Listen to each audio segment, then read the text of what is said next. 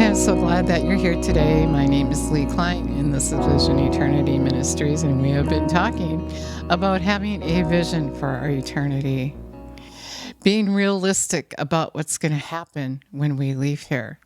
Let's acknowledge Jesus. Jesus, we thank you for teaching us, for helping us to acknowledge what is actually going to happen when we stand before you that day. We praise you, we honor you, we give you all the glory in your name.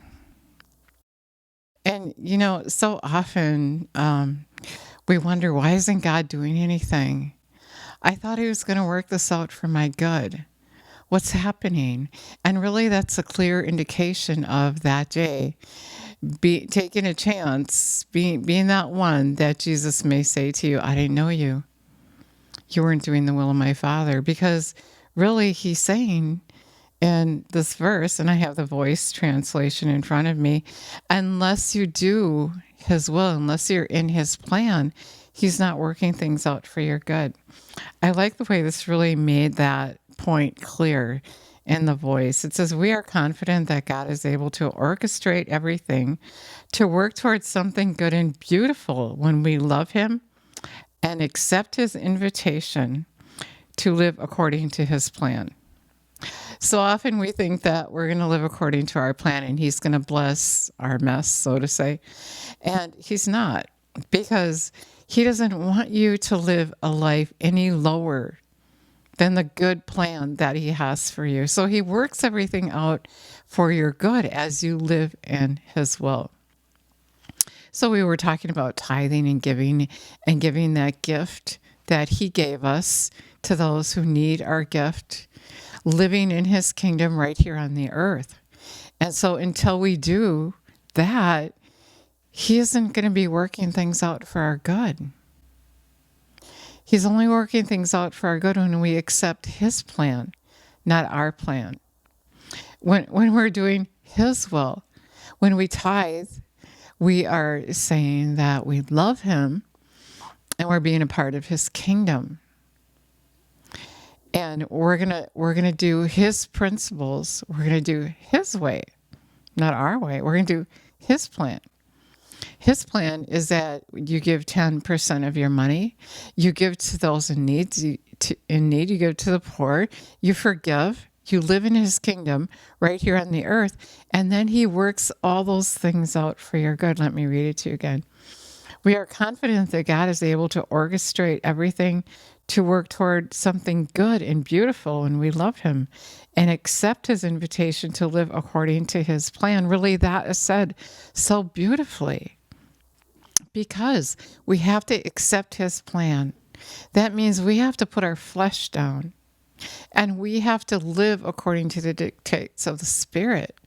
And we don't even know to train our flesh. We tell our flesh what to do. We let the Spirit lead us. We don't do what our flesh wants to do. And so that really is accepting his invitation to do his plan. And then he works things out for our good. And then on that day when we stand before him, he's not going to say, I didn't know you, you who practice lawlessness. So the whole idea, the invitation that he gives you, he said he's knocking at the door of your heart. And when you invite him in, your heart, you're committing to heed his voice, and then he's going to start showing you his plan, and you're going to start being involved in his life. Going back to Malachi 3:8, he said, if you don't give me 10% of your money, you're robbing me. And so if you're robbing him, why would he work things out for your good? Because if you're robbing him, you're against him. If you won't give, so gifts can be given back to you, pressed down, shaken together, and running over. How can he work that out for your good when you won't cooperate with the giving part? If you won't tithe and give offerings, he can't open the windows of heaven to pour out so much blessing you won't have enough room for it, because you're not in agreement with him. You haven't accepted his invitation to live out that plan that he has designed for you. In Ephesians 2:10, he said that we're recreated in his likeness. That's part of his plan. You give up your will for his will, and then he's going to work everything out for good for you. Recreated in his likeness, born anew, walking down that path that he has preordained for you to live the good life. But you got to live according to that plan. Jeremiah 29:11, we always say, God has a good plan for me, and he does. He has a good plan for you. It's for your welfare. But unless you submit to his plan, he can't work that out for you. He can't orchestrate that into that beauty to work something toward good and beautiful when you love and accept his invitation. When you live according to his plan, then he can do it. He gives us all the same choice. And so that all stems into your eternal life when you leave here. If you resist him, instead of resisting the enemy, and if you submit to the enemy, if you submit to your flesh, then you're resisting God. And he's not going to work everything out for you. He's not going to orchestrate that beautiful life that he has for you. And so you got to submit to him, and you got to start that submission now, because on that day, it'll be too late. This is the time that we get ready to move in with the King of Kings and the Lord of Lords. The groom is waiting for the bride to get ready. The groom is already ready, aside from helping us to get ready. He said he wished he would have already come. You know, when he said to the disciples, how long should I put up with you? That's what he's saying. How long should I put up with you? Oh, you have little faith. When are you going to trust me? When are you going to spend that time with me to know that you can trust me? That I do have a good plan. You know, we say we believe, and we call ourselves Christians, but if you believe, then you're going to trust him. And you're going to do what he tells you to do. You're not going to ignore him or avoid him when you feel a prompting. Pretty soon that prompting will go away if you keep ignoring him. And then on that day, he's going to say, you ignored me. Now I'm ignoring you. I didn't know you. I don't know you. And that's what you're saying to him when you won't submit to him. You're saying, I didn't know you. I don't know you. I can't hear you. I'm ignoring you. I'm avoiding you because I don't like what you're telling me to do. You're hardening your heart toward him if you won't submit to him and trust him. And it really comes down to not spending time with him, not getting to know him, not taming your flesh and telling it no, so you can tell him yes. If you love me, you'll obey me, he said. And so what you're doing here and now, your obedience to him here and now is paving the way for your future. The narrow path has pressure on it. And it's going to take determination to walk through that pressure and not to quit and not to give up and know that you have a destination. If you're here now and you're saying, why isn't this happening? How come you're not working this out for my good? This isn't what I had planned. Why is this bad thing happening to me? Why is that bad thing happening to me? Because you're under the curse. Because you're not doing the will of God. If you love me, you'll obey me, and I'll manifest myself to you. If you fully obey the Lord your God and do what is right in his eyes, he's going to bless you, bless you, bless you, bless you. If you tithe, he's going to open the windows of heaven and pour out so much blessing, you won't have enough room for it. If you love him and obey him, you're going to call those things to be not as though they were. You're going to take the authority over the enemy and push through and get on that narrow path and get off the wide path. There's so much to do in so little time to do it. Jesus is coming. And I just want to say it is a test. You can test yourself. Is everything working out for my good? Have I submitted to his plan? Or am I worrying about what I'm going to eat, drink, and wear? Am I running around just like the world, trying to figure things out myself? Or have I submitted to him and I can see things are working out in just this beautiful way for me, for my life? Will you accept his invitation?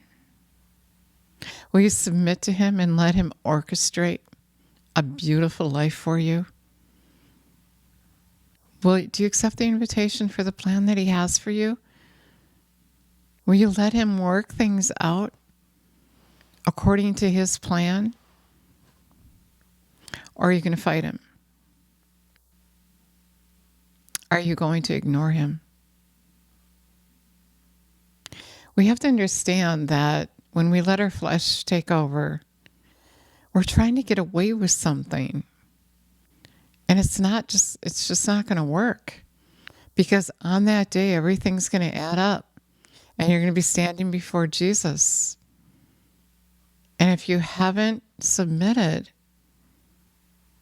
to the good that he has for you, at that point, your time is up.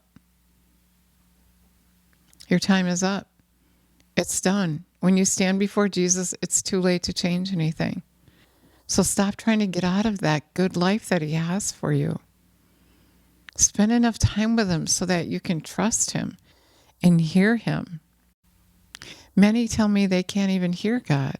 Talk to them. And if you can't hear him, that means you've ignored him. And you're going to be in the group that says, but I did this and I did that. I thought you wanted me to do this. You thought he wanted you to do it, but you didn't know because you can't even hear his voice because you're ignoring him. If you ignore him, you can't hear him.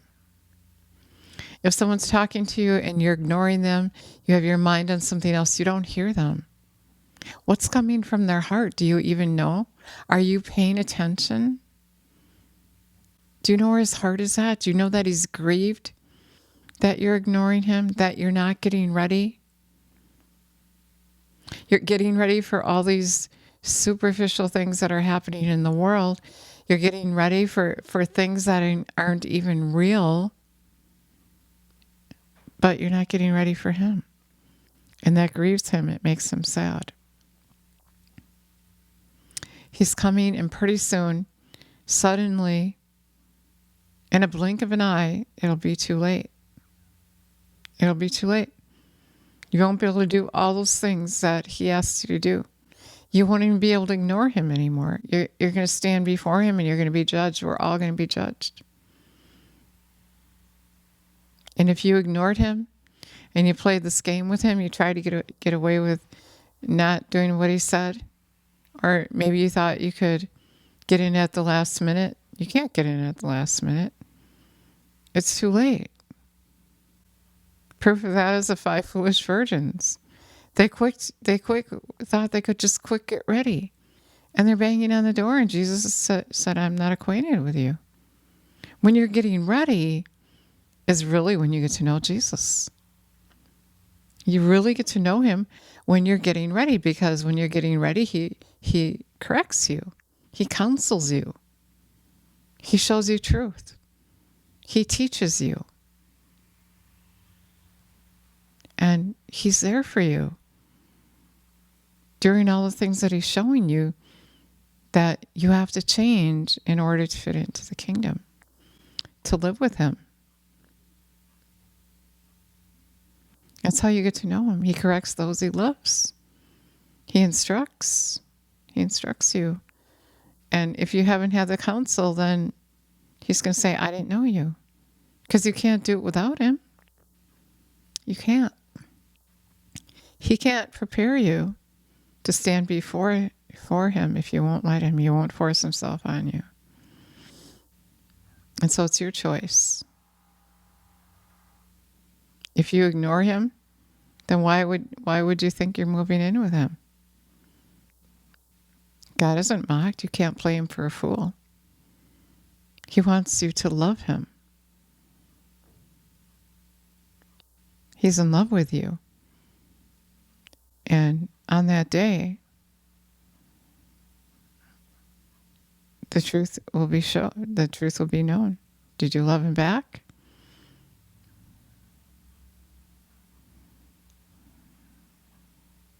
So let's acknowledge him, Jesus. We thank you and praise you for being upfront with us, showing us the truth, preparing us, telling us the reality of what's going to happen that day, so we can prepare now.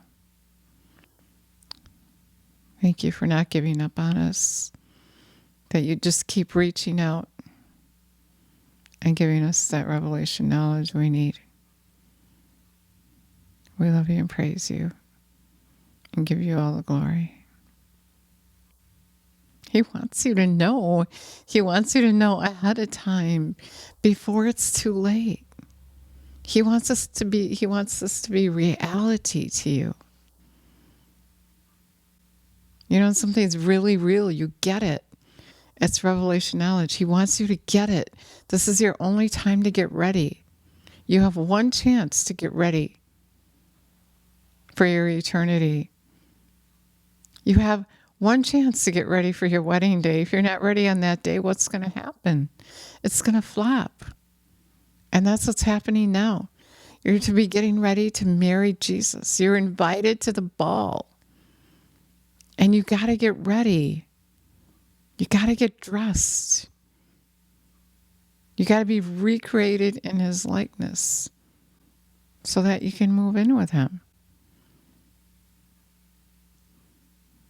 You have to put off the old man, put on the new. You can't live that lower life in heaven. Thank you so much for listening today. God bless you.